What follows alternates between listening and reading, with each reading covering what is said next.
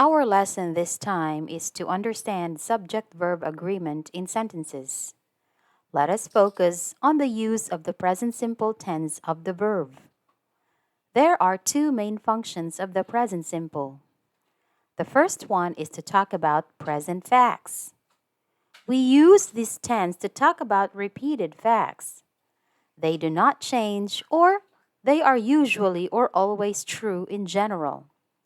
For example, the earth goes around the sun. The verb here is in present simple because this statement gives a permanent fact that never changes. This happens all the time. Another example is nurses look after patients in hospitals. The phrasal verb look after is in present simple because this action is a fact about their job. This is true in general. One more example is the cafe opens at 7:30 in the morning. The verb opens is in present simple because this is a repeated fact or action. This happens every morning. The second function of the present simple is the present regular or habitual actions. We use this when we talk about how often we do things. An example is, I get up at 8 o'clock in the morning. The phrasal verb get up is in the present simple because this is a present habit that I do. I do this every 8 o'clock in the morning. Another example is, Robert usually goes away 2 or 3 times a year. The phrasal verb goes away is in present simple because this action happens every year and he does this 2 or 3 times every year. This is his habit or routine. Let us review the functions of the present simple. This tense is used to talk about present permanent facts or present habitual or regular actions. Let me give you more examples of sentences with verbs in present simple tense talking about facts. We live in a small apartment. It is a fact for now, and we do not have any plans to move to another house. The sun rises in the east and sets in the west. This is a generalization based on the setting points of the sun. Bees make honey. It is true or a fact that bees make honey and not other animals. More examples of present regular actions. We go to the province every summer. This happens every summer. The mall closes at 10 p.m. every day. This happens every day. I always brush my teeth. I always do this action. Now let us check these sentences again. The verb goes and opens end with es and s, while look after does not. This can be explained through the subjects used in the sentences, the singular and plural subjects. When we say singular, it only means one, while plural means two or more. Let us take a look at the subject of each sentence. The earth is a singular subject, and so we add es to the base form of the verb go. The verb becomes goes. The cafe also expresses a singular subject, and that is why s is added to the verb open. It becomes opens. In the case of the subject nurses, this subject is plural because it means more than one nurse. We are talking about all nurses, and so there is no s nor es added to the verb. Base form is used in this case. Other sentences, I and you, are considered plural subjects, so we only use the base form of the verb in this sentence. No need to add s. Robert is only one person. It is a singular subject. Therefore, es is added to the verb go. Let us sum up the patterns. Examples of singular subjects are mother, classmate, person, or the personal pronouns he, she, it, or the indefinite pronouns somebody, everybody, someone, everyone. When we use singular subjects, talking about present facts or regular actions, definitely we add s, es, or for some verbs ending in y, change y to I and add es. Like these verbs.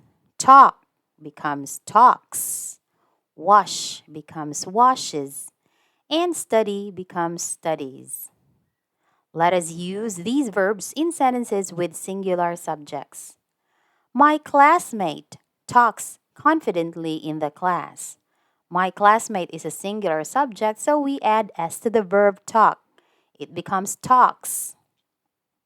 Mother washes our used clothes on Saturdays. Mother is a singular subject, so we add es to the verb wash. It becomes washes. He studies his lessons when he comes home. He is a singular subject, and so we change y to I and add es. The correct form is studies. Examples of plural subjects are mothers, classmates, persons, or the personal pronouns they, we, you, I. We do not add s, es, nor ies to the verb. We use the base form of the verb such as talk, wash, and study. Let us use these verbs in sentences with plural subjects. My classmates talk confidently in the class. A plural subject is used here, my classmates. So there is no need to add s in the verb talk. Mother and daughter wash the used clothes on Saturdays. Mother and daughter are two people, so they are a plural subject. No es is added to the verb wash. My brother and I study our lessons when we come home. My brother and I are two people, and so they are a plural subject. No ies in the verb study. Please remember, subject-verb agreement rule. The basic rule is that a singular subject takes a singular verb, while a plural subject takes a plural verb. That is the simple principle behind every subject-verb agreement. Remember that singular verbs usually end in s, es, or ies, but plural verbs take the base form of the verb, in the case of present simple tense of the verb. Pronouns I and you are singular, but they take the plural form of the verb. Somebody, everybody, everyone, etc. take the singular form. Now that you understand the rules and patterns of subject-verb agreement in the case of the present simple tense of the verb, I bet you are ready to do the exercises in this module. Let's start with this one. Directions. Read the paragraph carefully. Copy the verb that agrees with its subject.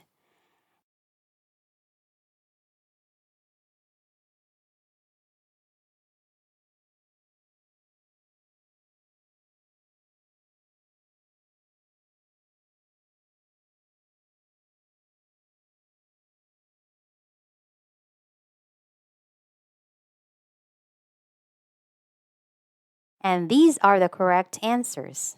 Did you get them right? Well, that's great. Let us move on to another one. Directions.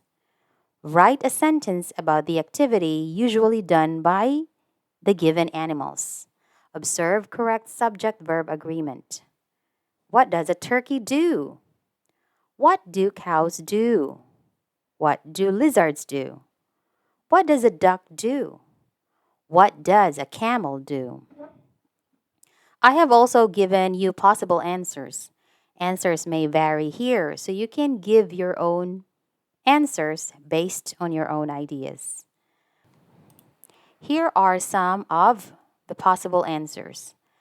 A turkey puffs up its body and spreads its tail feathers.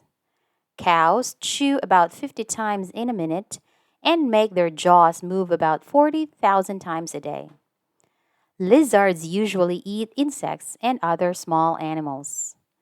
A duck eats a variety of food sources such as grasses, aquatic plants, fish, insects, and more. A camel travels as fast as horses and also endures legendary periods of time without food or water. Let's have another one. Directions.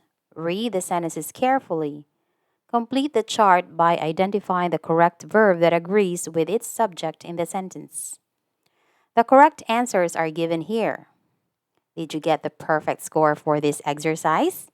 If you did, you have done a great job. Let us try another one. Directions. Rewrite the following sentences. Use the correct form of each verb in parentheses. There is an example given. The enclosed verb need not be changed, for the subject is plural.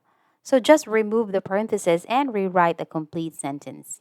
Example, the kittens, enclosed verb, play in the living room. Answer, the kittens play in the living room. Correct answers are also given here.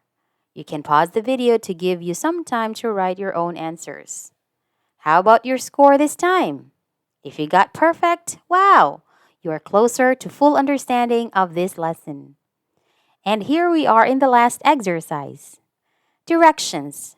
Using the verbs below, write clear sentences using appropriate grammatical structure, subject-verb agreement. Possible answers are given, but answers may vary here. You can always create your own ideas to give complete sentences in using the given verbs. That will be all this time. I hope you have enjoyed this lesson, and don't forget to subscribe to my channel for more video lessons. See you